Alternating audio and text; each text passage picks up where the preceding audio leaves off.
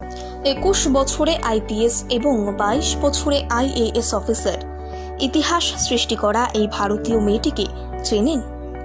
অভাব যে দরজা দিয়ে প্রবেশ করে, পরিশ্রম করতে জানলে সেই দরজা তৈরি করে দেয় সফল হওয়ার রাজপথ। তার জলজান্ত প্রমাণ দিব্যা তানেবার।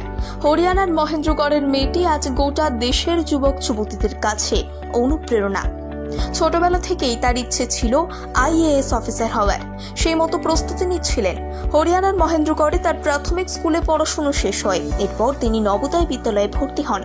কিন্তু 2011 সালে তার মাথায় ভেঙে পড়ে পাহাড়, কারণ ওই বছর প্রয়াত হন তার বাবা। তার মা ববি দেওয়ালের উপরে সংসারের সমস্ত দায়িত্ব গিয়ে পড়েছিল। ওইটুকু বয়সে দীপা বুঝতে পেরেছিল তাকে ইউপিএসসি পরীক্ষা দেওয়ানোর যে লাখ লাখ টাকার কোচিংয়ের প্রয়োজন, সেটা দিতে পারবেন না মা। তাই বিজ্ঞানে স্নাতক হয়েছিলেন দিব্যা।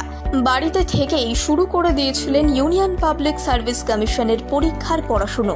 ভারতের অন্যতম কঠিন পরীক্ষা ইউপিএসসিতে প্রতি বছর লাখ লাখ পরীক্ষার্থী বসলেও পাশ করেন হাতে গোনা কয়েকজন। এই দিব্যা প্রথমবারের চেষ্টায় 2021 সালে 424 র্যাঙ্ক করে আইপিএসসি অফিসার হন। কিন্তু ছোটবেলা থেকে তার ইচ্ছে ছিল আইএএস অফিসার হওয়ার। 2022 সালে আবার পরীক্ষায় বসে 403 র্যাঙ্ক করেন তিনি। মেয়ের এই সাফল্যে বাকরুদ্ধ হয়ে পড়েছিলেন মা। এখন দেশের সর্বকনিষ্ঠ মহিলা অফিসার দিব্যা। বর্তমানে তিনি মহিলা ক্ষমতায়নের এক উজ্জ্বল দৃষ্টান্ত। তিনি প্রমাণ করে দিয়েছেন, ইচ্ছে থাকলেই উপায় হয়। দারিদ্রতা কখনোই বাধা হয়ে দাঁড়াতে পারে না।